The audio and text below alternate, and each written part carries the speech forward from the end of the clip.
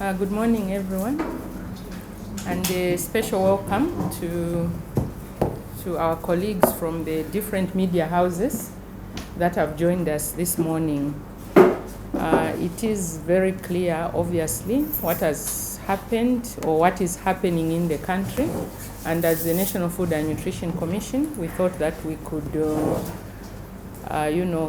come also and address a few issues that concern food and nutrition.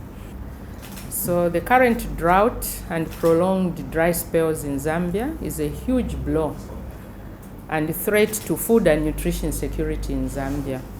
This has caused the maize crop for the farming season of 2023 to 2024 to fail. Because of this, as I have alluded to, maize, which is our staple food in Zambia, is mostly rain-fed, and therefore without rain, without the moisture that the maize needs to grow, and this compounded by heat spells exposes a lot of Zambians to inadequate food and poor diets with inadequate nutrients. According to meteorological reports, the current drought brought about by the El Nino weather pattern is the worst since 1990 and has destroyed about 1 million hectares of the 2.2 million hectares of maize planted this farming season. It is indicated that about 84 out of the 116 districts in Zambia have been affected by this drought. We are all aware that the President of the Republic of Zambia, Mr. Hakainde Hichilema, has declared this prolonged dry spell a national disaster and emergency. The drought has negatively impacted many sectors, including agriculture, water availability, sanitation and hygiene, as well as availability of nutritious foods. The President has also informed the nation that the dry spell will continue in the month of March, affecting over 1 million farming households. It is clear that a climate crisis like the one we are facing is also a food crisis. In the face of this drought, the nutrition status of the citizens is of great concern.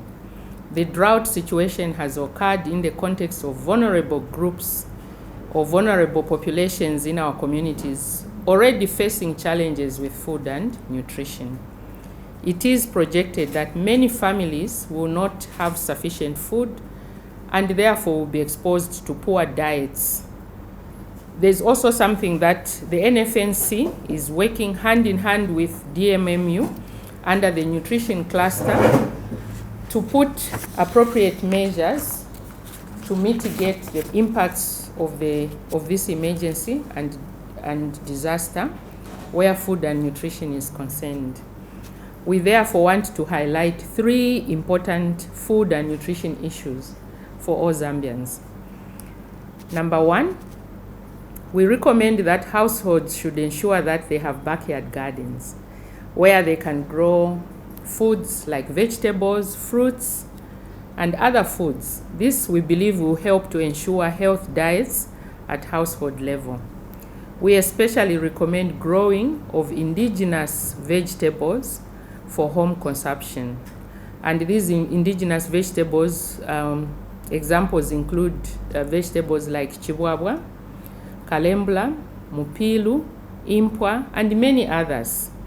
In the same vein, keeping of small livestock, like chickens, goats, sheep, is highly recognized as a sure way of getting proteins into the diets. Households should also grow and consume drought-resistant crops that will resist this current weather conditions. And examples of such crops include millet, cassava, sorghum, mbambara nuts, or I think in our local languages we call it tintoyo, and many others. Eating of other indigenous foods is highly recommended where these are available.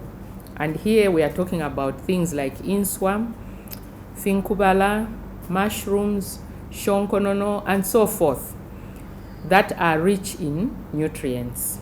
Number 2, growing of nutrient-dense foods like orange, maize, orange-fleshed sweet potatoes, and mbereshi beans. These must be grown and consumed at household level. We are recommending these because they contain high concentrations of vitamins and minerals and thus help to balance out the diets. Because we all know that even if we are typically a mealie meal or nshima eating population in Zambia, we usually require accompaniments to go with our nshima. So these are some of the things that we can use. And number 3, we recommend that households must ensure that water used at home is safe and clean. This is because poor hygiene directly causes poor nutrition due to the increase in diarrhea diseases associated with poor water hygiene. I think we don't need to emphasize that. The country is just coming off a very bad cholera epidemic, which was mainly caused by poor water, sanitation, and hygiene. So clean water can be assured at household level through boiling the water for drinking, as well as chlorinating it. Apart from that, drinking lots of water in the face of these dry hot spells is important to maintain a healthy balance for life and to prevent dehydration. Foods that are good for maintaining good hydration are cucumbers, and in Zambia we have a big number of cucumbers. They are called different names in our local languages, but you know the ones I'm referring to. Some of them, the ones that look like they have thorns, on the outside, apart from the English cucumbers that we buy in the shops. Also, foods like watermelons, a lot of fruits also contain a lot of water.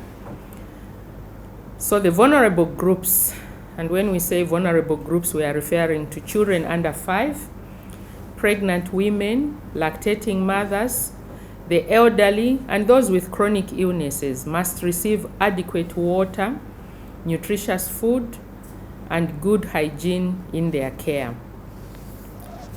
To conclude, we therefore urge all citizens to use a variety of available indigenous foods based on their location and not to rely on maize alone.